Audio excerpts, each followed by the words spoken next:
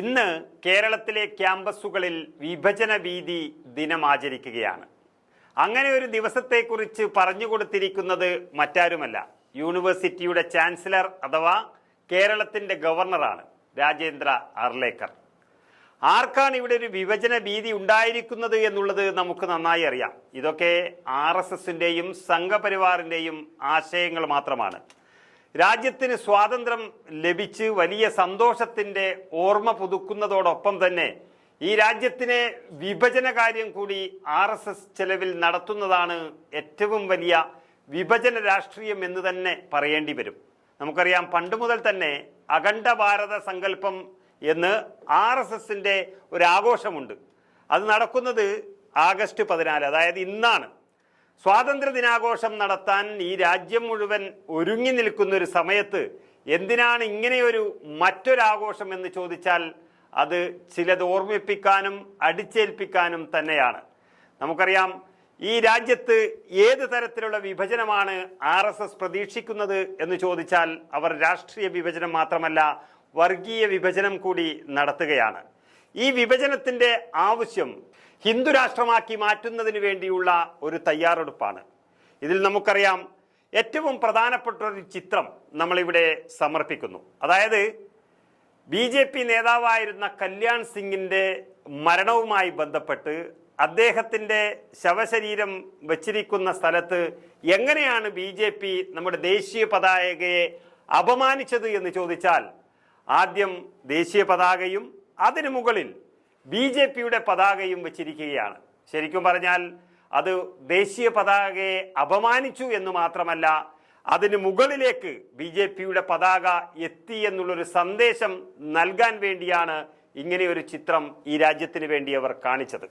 അതിനർത്ഥം ഇന്ന് നടപ്പിലാക്കുന്ന ഈ വിഭജന ഭീതി ദിനം എന്ന് പറയുന്നത് തന്നെ ഇന്ത്യയെ പണ്ട് വിഭജിച്ചത് വലിയൊരു തരത്തിൽ മുസ്ലിം പ്രീണനം അല്ലെങ്കിൽ വർഗീയ താല്പര്യം എന്നൊക്കെ കാണിച്ചു കൊടുക്കാനും അതുവഴി ഹിന്ദുക്കളെ ഒരു വികാരം കൊള്ളിക്കാനും വേണ്ടി തന്നെയാണ്.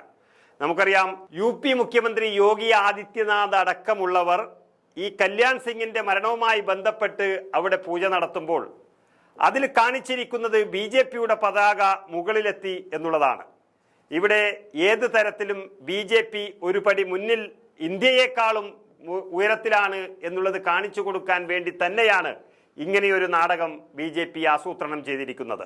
ഇത് രാജ്യനിന്ദ എന്ന് വേണമെങ്കിൽ പറയാം.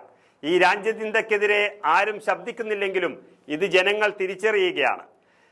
ഇത്രയും വലിയൊരു വിഭജന രാഷ്ട്രീയം ഇവിടെ കാണിക്കാൻ BJPയെ പ്രേരിപ്പിക്കുന്നത് അതൊരു ഹിന്ദു രാഷ്ട്രത്തിലേക്കുള്ള പോക്ക് എന്ന് തന്നെ ഉറപ്പിക്കാം. ഒരുപക്ഷെ RSSും സംഘപരിവാറും പണ്ടുമുതൽ തന്നെ പറഞ്ഞുകൊണ്ടിരിക്കുന്നത് ഇന്ത്യ ഒരു ഹൈന്ദവ രാഷ്ട്രം എന്നുള്ളതാണ്.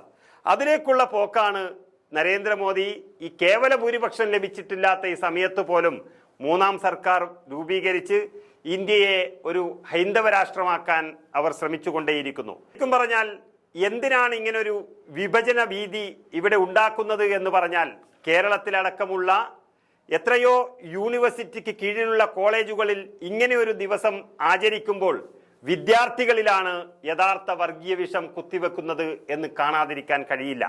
അതാദ്യം തന്നെ എന്തിനാണ് ആഗസ്റ്റ് 15 എന്നൊരു മഹത്തായ ദിവസം ഇവിടെ വരുമ്പോൾ അതിനെ ഇങ്ങനെയുള്ളൊരു വിഭജന ദിവസമായി അതിലേക്ക് കടക്കുന്നത് എന്തിനാണെന്ന് ചോദിച്ചാൽ, അതും യൂണിവേഴ്സിറ്റികളിലും അതുപോലെ തന്നെയുള്ള വിദ്യാർത്ഥികളുടെ മനസ്സിലും ഇത്തരത്തിലുള്ള ഒരു കുത്തിവെപ്പ് നടക്കുന്നത് തന്നെ ഈ രാജ്യത്തെ വലിയ രീതിയിൽ വിഭജിക്കാൻ വേണ്ടിയുള്ളത് എന്ന് മനസ്സിലാക്കാതിരിക്കാൻ കഴിയില്ല.